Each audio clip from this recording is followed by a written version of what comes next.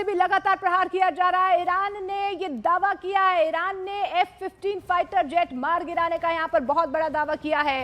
Hormuz के पास Iran ने मार गिराया है F-15 जेट। ये ईरानी मीडिया के हवाले से बहुत बड़ी खबर सामने आ रही है, यानी कि सीधे तौर पर यहाँ पर ईरान की तरफ से भी चोट पहुंचाई जा रही है और बाकायदा देखिए तस्वीरें भी यहाँ पर ईरानी मीडिया की तरफ से जारी की गई हैं।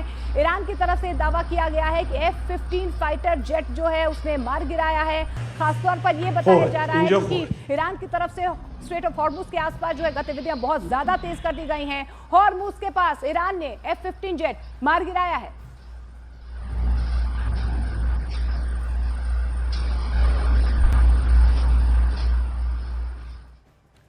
तो देखिए, ईरान के खिलाफ जंग में एक तरफ डोनाल्ड ट्रंप 48 घंटे का अल्टीमेटम दे रहे हैं, ईरान को घुटनों पर लाने का दावा ट्रंप की तरफ से किया जा रहा है। लेकिन जंग की जमीनी हकीकत को देखेंगे तो ट्रंप के दावे हवाई साबित हो रहे हैं, क्योंकि ट्रंप की आसमानी ताकत यानी कि धाकड़ अमेरिकी जेट ईरान की छोटी छोटी मिसाइलों के आगे पानी भरते नजर आ रहे हैं। अमेरिका के धाकड़ फाइटर जेट्स तबाह होने का दावा किया गया है। ट्रंप को यह जंग आर्थिक रूप से भी भारी पड़ती हुई नजर आ रही है।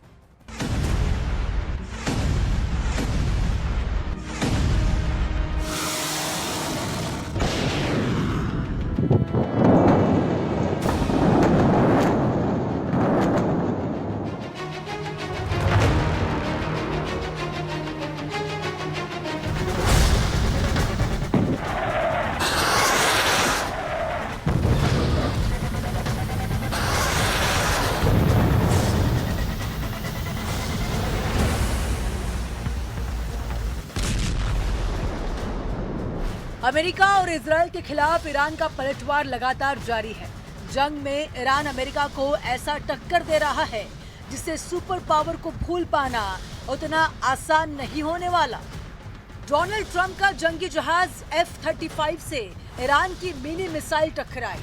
पल भर में आग की लपटों का निवाला बन गया ये जंगी जेट। इसके बाद ट्रंप की दूसरी हवाई शक्ति F-15 का भी कुछ ऐसा ही असर हुआ। हवा में ईरानी मिसाइलों के आगे ये भी पस्त होकर अस्त हो गया। जबकि F-15 लड़ाकू विमान दुनिया के सबसे खतरनाक लड़ाकू विमानों में एक माना जाता है। ये फाइटर जेट बड़ी तादाद में हथियार ले जाने में सक्षम है। इसके अलावा अमेरिका का एक KC-135 विमान भी हादसे का शिकार हो गया था। अमेरिका का KC-135 विमान बड़े ऑपरेशन के दौरान लड़ाकू विमानों में हवा में ही ईंधन भरने के काम में आता है, लेकिन एक अभियान के दौरान ये भी इराक में क्रैश हो गया। इसमें कुछ सैनिकों की मौत भी हो गई थी। यानी जिसे ट्रंप हवाई ताकत बता रहे थे, वो आज ईरान की मिसाइलों के सामने खिलौना साबित हो रही है। ईरान की रिवोल्यूशनरी गार्ड्स यानी कि IRGC ने दावा किया है कि उन्होंने मध्य ईरान के आसमान में F-16 को मार गिराया है।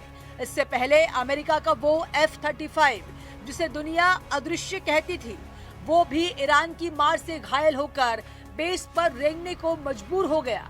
पेंटागन के गलियारों में सन्नाटा है, क्योंकि अब तक 12 ripper drones, 4 F-15 fighter jet, एक F-35 और एक बड़ा KC-135 रिफ्यूलिंग टैंकर आसमान से आग का गोला बनकर गिर चुका है।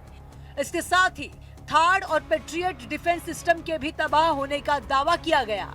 ईरान ने अमेरिका के 5 से ज्यादा हेलीकॉप्टरों के भी तबाह होने का दावा किया है।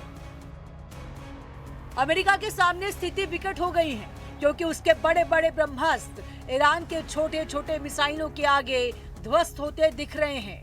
पेट्रियट और थार जैसे हजारों करोड़ के एयर डिफेंस सिस्टम सस्ते ड्रोन के आगे ढेर होते दिखे।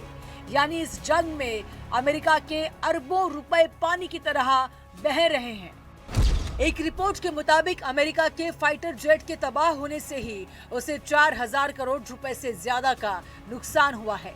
रिपोर्ट की माने तो युद्ध के शुरुआती 20-22 दिनों में अमेरिका का खर्च $30 अरब, लगभग 2.5 लाख करोड़ रुपए के पार निकल गया है।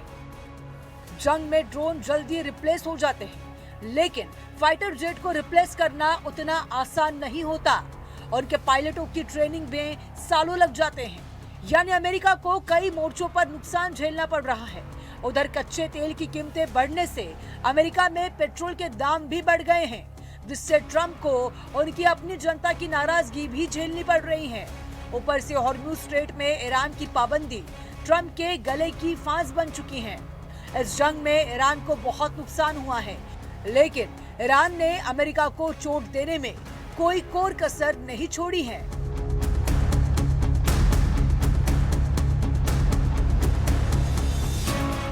और इधर ईरान के F-15 मार गिराने के दावे को अमेरिका ने सफेद झूठ करार दिया है। अमेरिकी सेंट्रल कमांड ने कहा है कि ऑपरेशन एपिक फ्यूरी में 8000 उड़ानें भरी गई थी और हमारा एक भी फाइटर जेट ढेर नहीं हुआ है। ये अमेरिका की तरफ से दावा किया गया है।